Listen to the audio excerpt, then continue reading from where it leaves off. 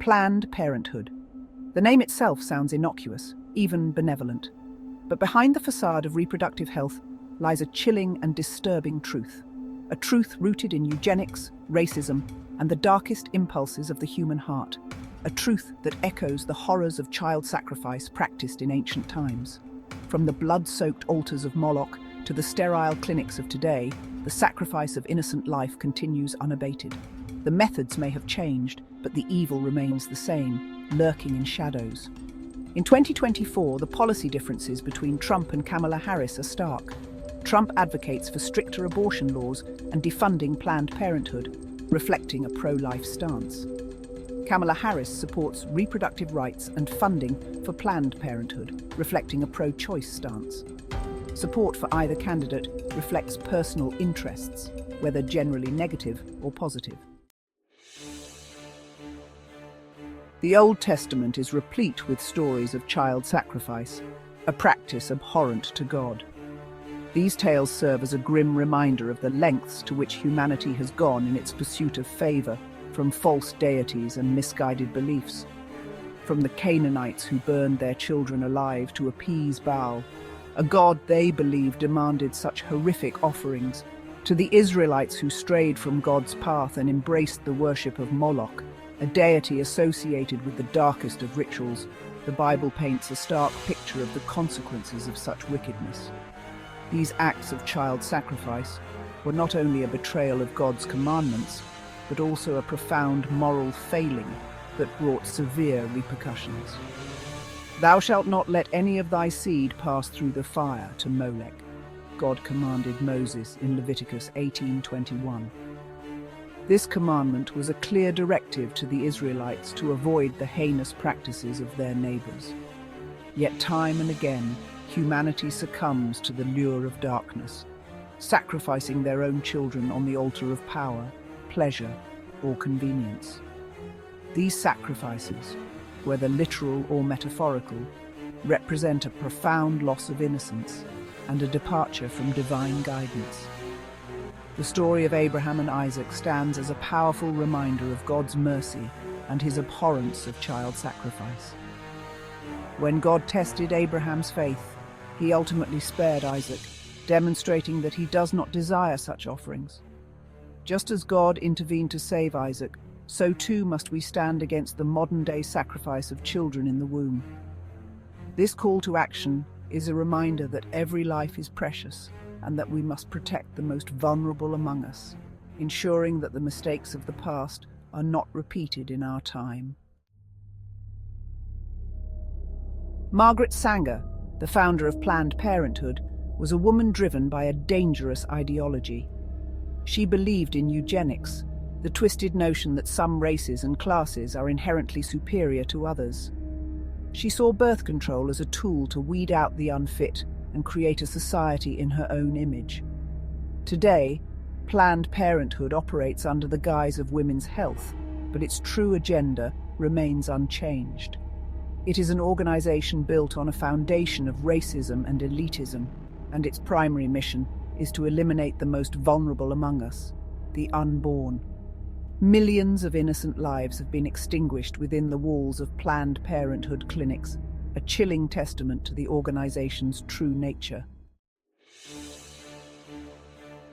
The 2024 presidential election is more than just a political contest. It is a spiritual battle for the very soul of America. This election will determine the direction of our nation for generations to come, influencing not only our laws, but also our values and principles. On one side stands Kamala Harris, a radical pro-abortion extremist who has pledged to codify Roe v. Wade into federal law, ensuring that abortion remains legal and accessible up until the moment of birth. Harris has been a vocal advocate for women's rights, arguing that access to abortion is a fundamental aspect of healthcare and personal freedom. Her supporters believe that her stance will protect the rights of women to make decisions about their own bodies without government interference. On the other side stands Donald Trump, a flawed man, yes, but one who has nonetheless appointed pro-life judges to the Supreme Court and taken concrete steps to restrict abortion access.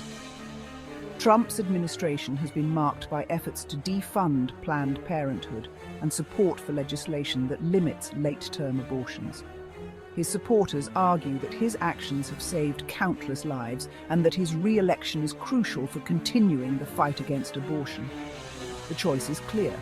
A vote for Harris is a vote for the continued slaughter of innocent children. Her policies would allow for the termination of pregnancies at any stage, which many believe is morally and ethically wrong. The implications of such policies are profound, affecting not only the unborn, but also the moral fabric of our society. A vote for Trump is a vote for life, for hope, and for the future of our nation. It is a vote to protect the most vulnerable among us and to uphold the sanctity of life. This election is not just about political power. It is about choosing a path that honors our deepest values and ensures a brighter future for all Americans. The stakes have never been higher, and the decision rests in the hands of the voters.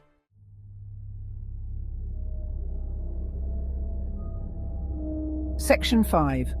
The Shadow of the Satanic Temple. The involvement of the Satanic Temple in the abortion debate is chilling proof that we are engaged in a spiritual war. This organization, which revels in its embrace of darkness and depravity, has established its own network of abortion clinics, referring to abortion as a religious ritual. The Satanic Temple's actions are not merely a publicity stunt, they are a deliberate mockery of God and a testament to the truly evil forces at play in the fight for life.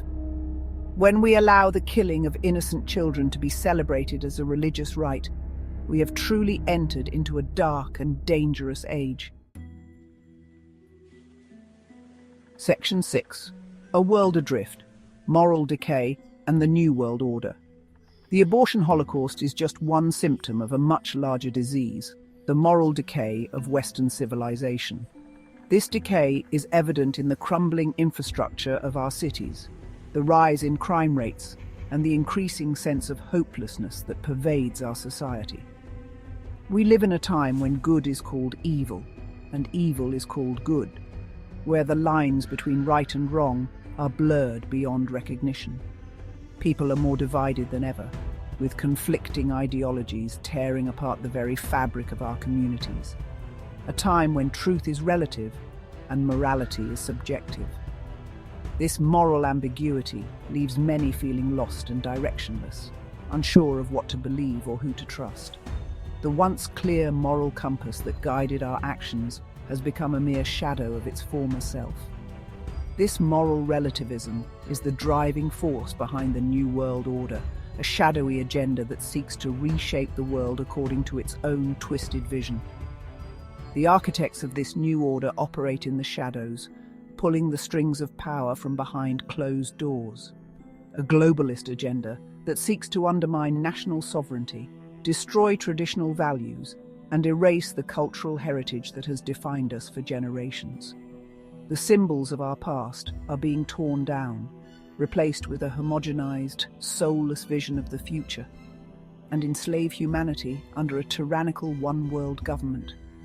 This dystopian vision is not just a distant nightmare, it is a very real threat that looms on the horizon, waiting to engulf us all in its oppressive grasp. The fight against abortion is inextricably linked to the fight against the New World Order.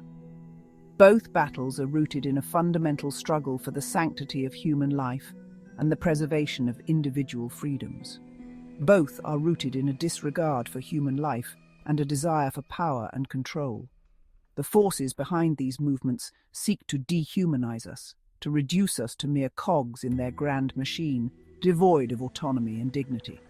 We must resist these forces of darkness with everything we have, standing together in solidarity and strength.